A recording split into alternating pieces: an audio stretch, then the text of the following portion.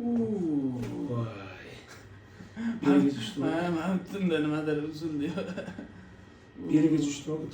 Tushdi. Mana mashitdan keldi, mashitdan chiqib ketdi. Maza qildingizmi?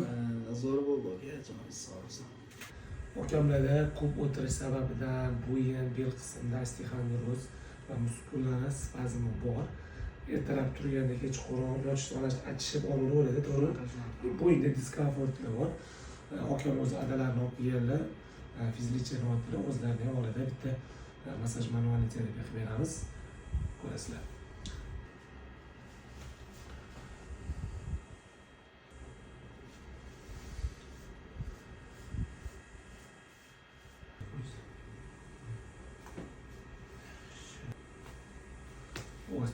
Buyurlar.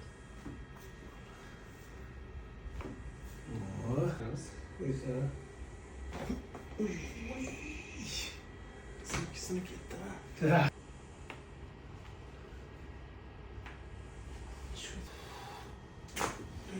Voy. Qanday bo'ldi aka? Zo'r bo'ldi aka. Joningiz sog' bo'lsin. Yo'qa solamiz, chiqaramiz. Zo'r. Yo'q. Bo'sh qo'y. Zo'r. Bo'sh qo'y. O. Cho'tki ochdi.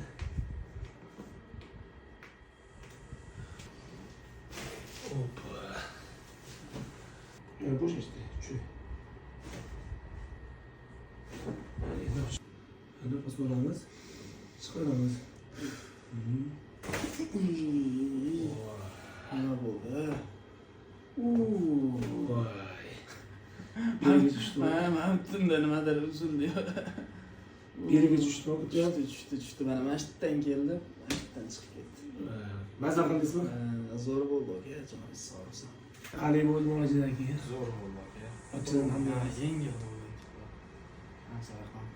bu o'tirib ishlaydigan o'shani ofisda ishlaydiganlarga juda ham kerakli muolaja hisoblanadi. Bular hozir просто manualniy terapiyasini o'zida qiladi. Agar buni massajlari bilan olsa, вообще todda bo'ladi. Alohida deb tegilasiz aka. Ata shuni o'zida nega cho'tki o'zi? Zo'r ochildi. Tavsiya beraman. Rahmat. Salom.